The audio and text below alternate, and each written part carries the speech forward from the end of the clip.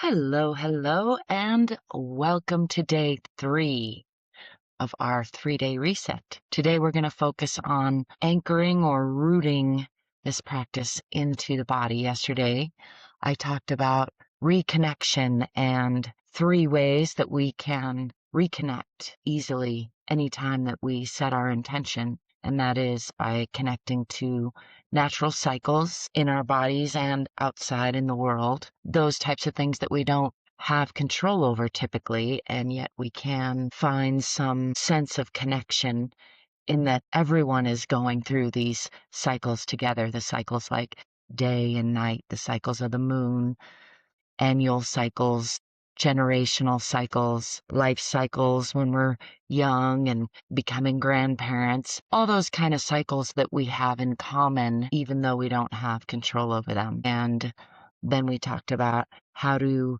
reconnect to our own bodies. And in this case, I'm talking specifically about our fascia system, which I've been doing an extra deep dive into both recently and actually for the last 25 plus years. And last but not least, I talked about how we can reconnect to our fellow humans as we are increasing our own self-awareness, increasing our ability, capacity to feel empathy for one another through that self-awareness. And then by reconnecting to our own mission, our own identity, our own sense of purpose within the context of society at large. These are ways that we can all access a feeling of reconnection anytime we want to bring our awareness to that. That's just a quick recap of yesterday. Today, I want to move more quickly into some physical practice. And before I do that, I just want to bring to mind some of the nuances of fascia stretching versus regular stretching. Nothing wrong with regular stretching. I love it. There are actually lots of different nuances to different types of stretching.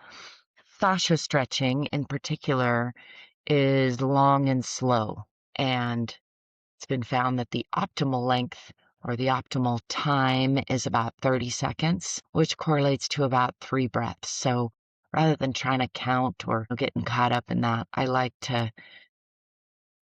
use the breath and focus on 3 long breaths or sometimes 5 regular breaths.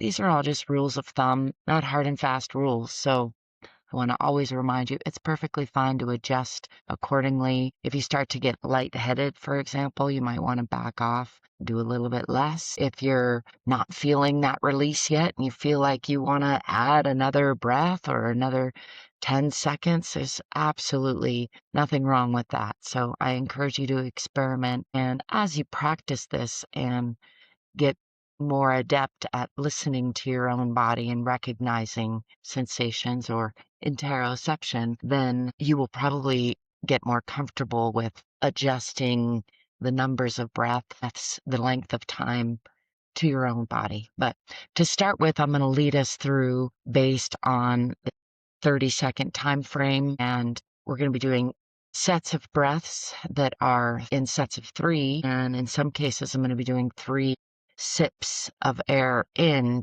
as a way of holding a breath for a little bit longer, allowing that expansion to happen. And hopefully you might feel some of those waves of release in each of those rounds of breath. But I want to remind you, even if you don't feel it yet, that's perfectly fine, perfectly normal.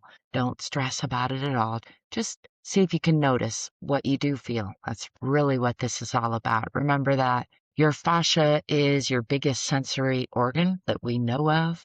It's connecting all the tissues in your body, and it's also got a direct line to your brain and the same part of your brain that is involved in empathy, in emotions, and in your own emotions and in empathy or sensing what other people are sensing.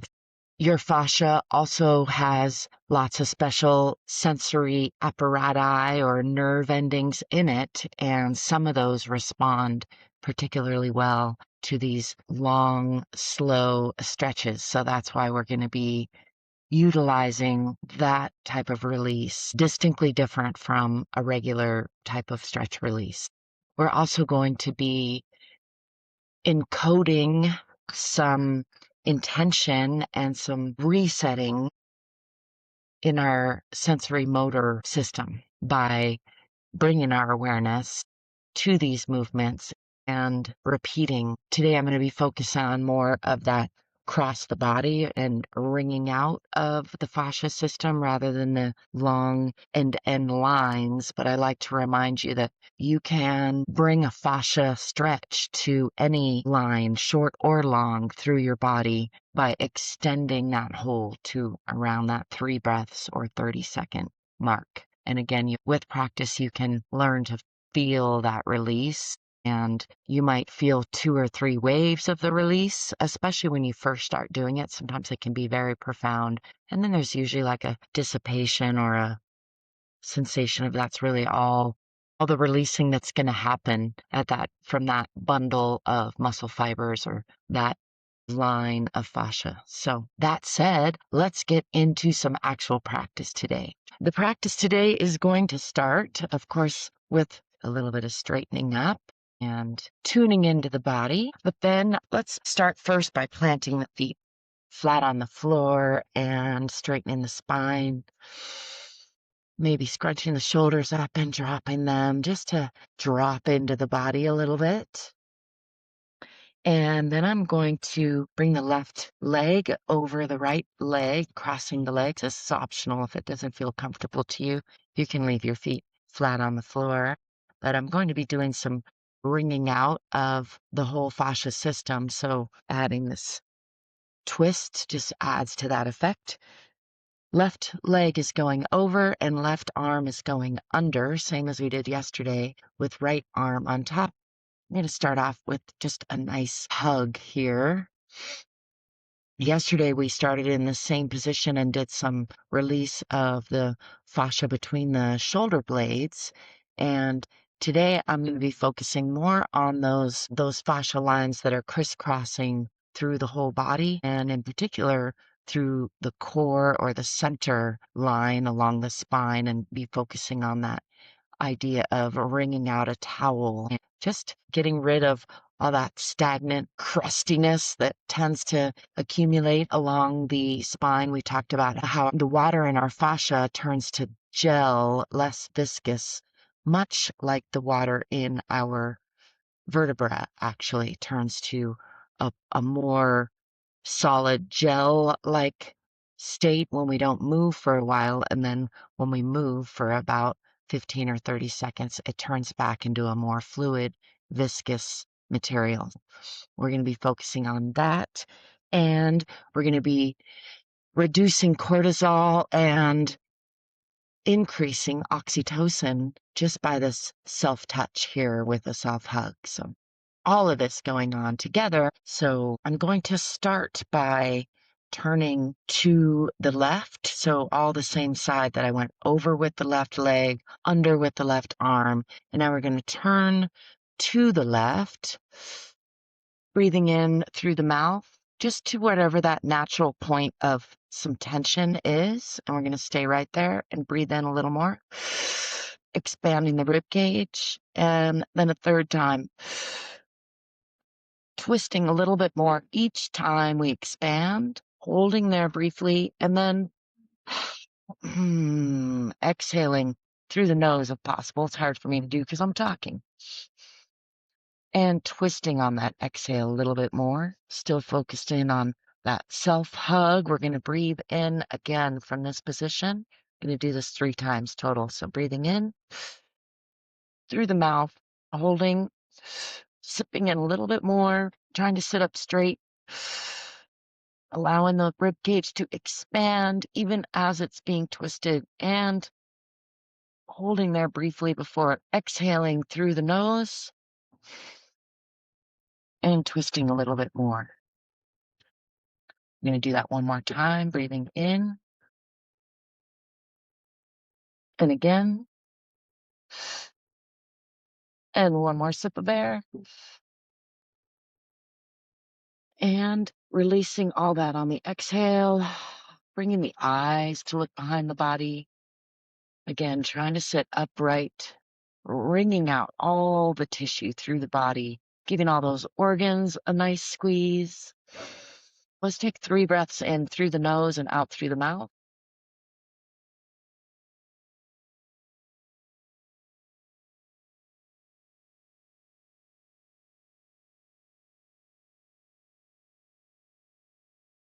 And unwind, coming back to center, keeping the arms and legs wound up. We're going to go to the other side, just wringing out in the opposite direction with everything wound up the same way it was. So leaving the arms and legs in the same configuration and now twisting to the opposite side.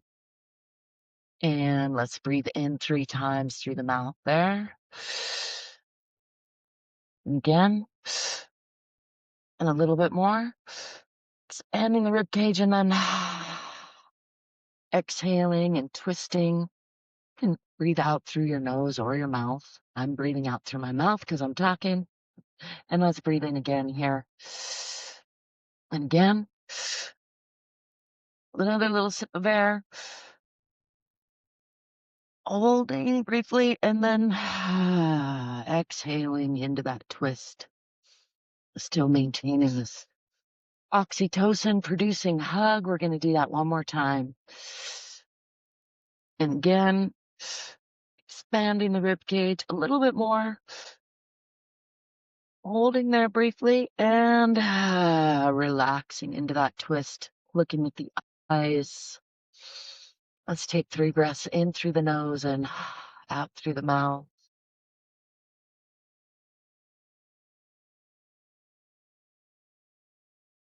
Just relaxing the body, and let's unwind all of that, coming back to center. Circle the shoulders a little bit, maybe bounce them up and down if that feels good. If we were doing that standing pose, we would do maybe some figure 8s or some walking around in a circle to integrate that. Again, I will be having a longer video with the standing version demonstrated, but I like to practice these modified seated versions as well. Maybe shake out the hands a little bit. And we're going to do the other side, bringing the right knee over the left and right hand under left hand over this time, giving ourselves a nice hug. And again, we're going to twist this time to the right first and breathing in. And again, and a little bit more. And then exhaling and twisting into that. And again, breathing in. Filling the lungs a little bit more. Sitting upright and filling them a little bit more. And then exhaling, releasing all that into a twist.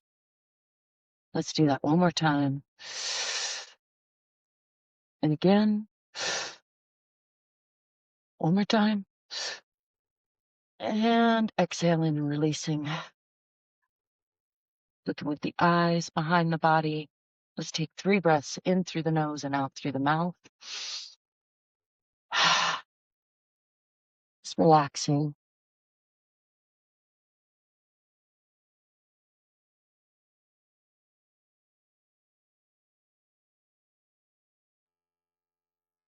And coming back to center, leaving the arms and legs in the same position. We're going to go to the opposite side.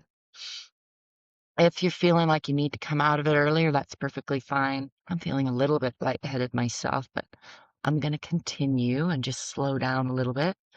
Going to the left now with the arms and legs in that same twisted position. Going to breathe in through the mouth. And a little bit more. And a little bit more. And then exhale. Twist. And we're going to inhale 3 times. And again, expanding the rib cage a little bit more. And exhaling into that twist. One more time. A little bit more. And one more sip. Holding briefly and exhaling into that twist. Let's take 3 breaths in through the nose, out through the mouth.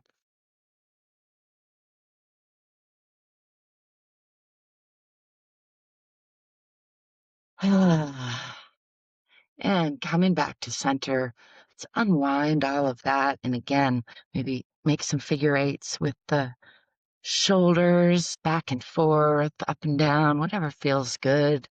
Shake my arms out, feeling a little bit sticky from all that constriction.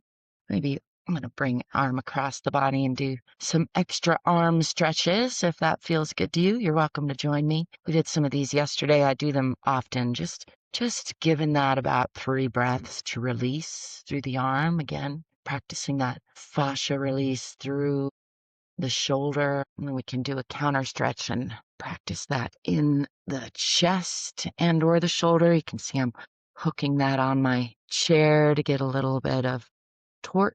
And just that's a little more of a regular stretch there, working that out. Let's bring the other arm across for a fascia stretch and just let that release for about 3 breaths. And then bringing that across the body, stretching the chest. And if you want to hook that arm and wiggle it around in a more of a regular stretch as I'm doing, it's perfectly fine. Whatever feels good in your body. The point is just to bring ourselves back into the body, shake that out, and sit with that for just a few minutes and check in with the body. As I mentioned, I got a little bit lightheaded on that one, which is perfectly normal and usually is just a sign that it's a good idea to back off a little bit. There's lots of reasons that can happen. My body tends to wax and wane energetically quite a lot with hormones, with how much I've eaten, with how much I've stretched already that day. As all not to judge ourselves, but just to notice again. I want to wrap up this short and sweet session with a little bit of intention setting. Today we are rooting this work of checking in with our fascia, of learning to self-assess and accept more often so that we might better understand, empathize, and accept people around us.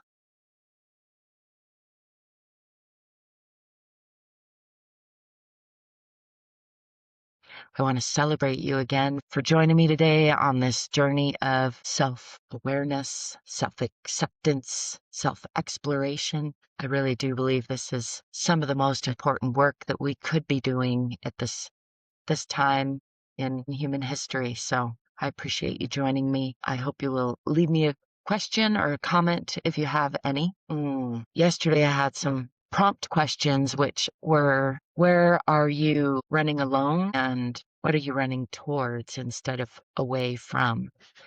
And I've been contemplating those questions for myself. The things that came up for me are that I could use to find more people my own pace. I think I've definitely moved away from some of the groups that I had spent quite a lot of my life running with, and now find myself going at a different pace or perhaps in a different direction than many of those circles of friends. And it's been quite lonely, frankly. And I think that's not just attributed to my own personal journey of healing and growth, but also something going on in the collective having to do with social media and AI and algorithms and our lives on the internet increasingly. And when I think about that, I think it's the solution to that is again right here in my body, in your body. What I'm running towards instead of away from is more touch in my own body, more opening, more allowing of that fire energy to transform, to burn away what no longer serves me and make room for the new hotness. Thanks again for joining me. I welcome your questions and comments, and I hope to see you soon. Ciao for now.